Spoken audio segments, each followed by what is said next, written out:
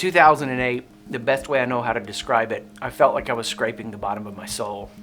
I was pouring myself into a ministry effort to see a church turn around, and it wasn't happening. For the first time, everything I poured into ministry efforts wasn't bearing really any fruit. I wasn't able to take care of my family financially. There were moments where I couldn't buy a box of Cheerios and I couldn't fix myself some or the kids wouldn't have had any. It was crazy. My daughter asked to ride a $5 Ferris wheel. I had to say no. My wife sold her engagement ring so the kids could have Christmas. It was an onslaught of serious trouble and circumstances that was deconstructing me in every way. I tried to do everything I could to fix things.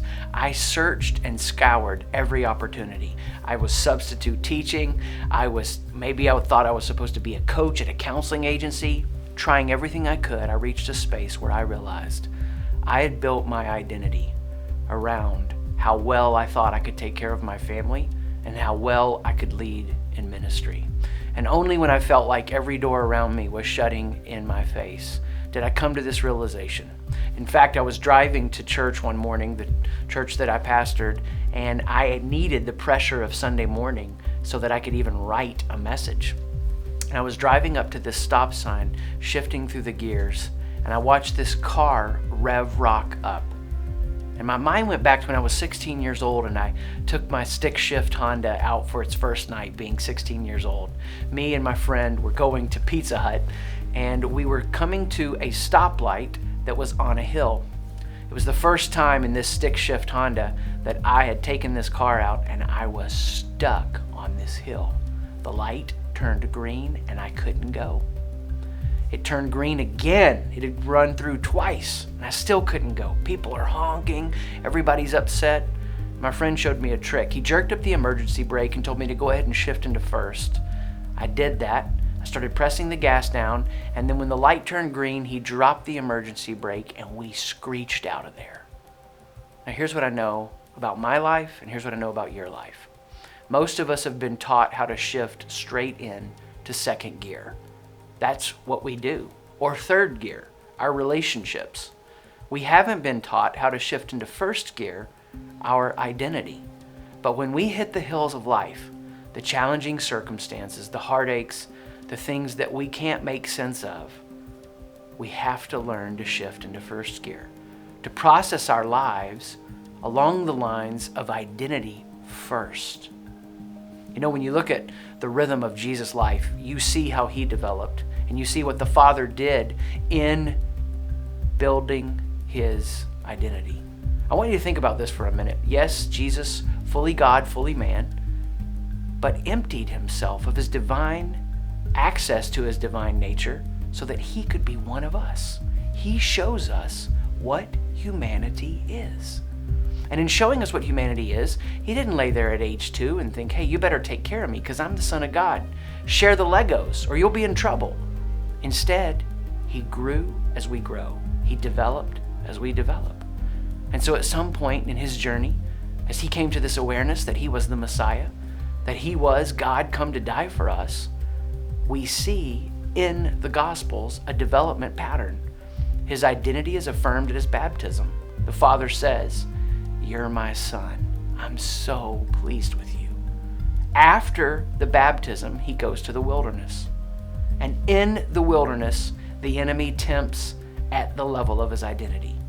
He says, if you are the Son, turn this stone to bread. Now, I want you to think about that for a minute. The Jewish mind would hear that and automatically think of a food miracle. What the subtext of this temptation is, it's not just about can Jesus take care of himself and provide for himself or depend on the Father. The enemy's saying, you think you're the new Moses? You think you're the one to lead the people out? Prove it by what you do. And Jesus responds, man doesn't live by bread alone, but on every word that comes from the mouth of God. In other words, Satan, I'm not defined by what I do. I'm defined by who the Father says I am. So in Jesus' life, we see this pattern. He experiences the security of his identity at his baptism, and then his identity is threatened in the wilderness. I will promise you this, if you could get at a deep level of understanding about your daily rhythm, what's really happening underneath the surface. There's a battle for your identity. The question that's being asked is, are you going to be defined by what you do or your relationships, mission and community, or are you going to live out of a secure identity?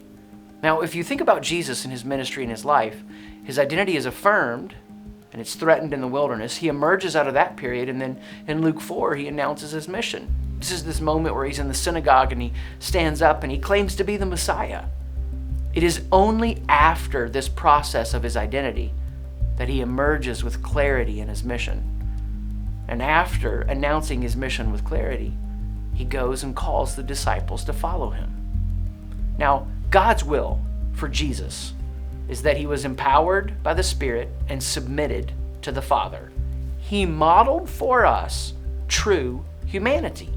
So God's will for us is that we're submitted to the Father, empowered by the Spirit, and we have this added for us. Because of his example, we're conformed to the image of the Son, Jesus.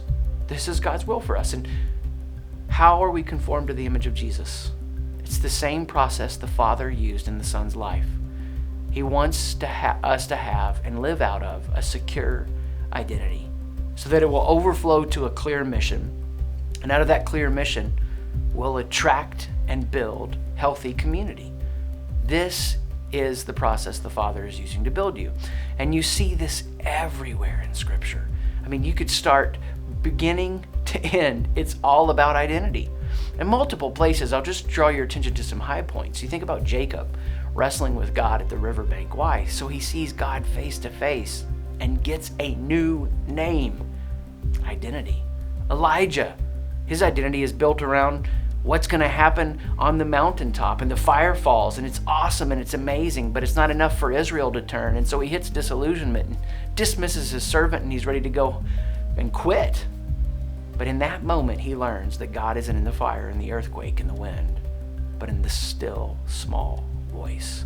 And when he gets a true vision of God, he gets a reconstructed mission. This is exactly the process the Father's using in your life. Every moment, it's about your identity.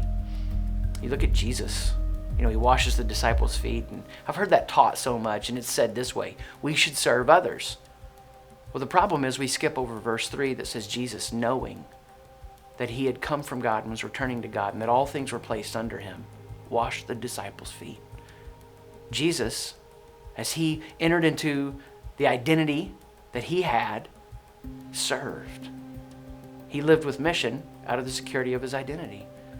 And if Jesus heard it at his baptism and heard it at the Mount of Transfiguration, and every time it says he went alone to pray and be in a solitary place, the Greek word there is similar to the word wilderness.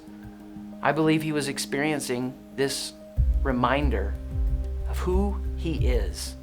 So the rhythm of our lives is this: are we going to learn to cooperate with the process the Father is using to build us, to conform us to the image of the Son? Jesus, as fully God, fully man, provided for us the example of humanity.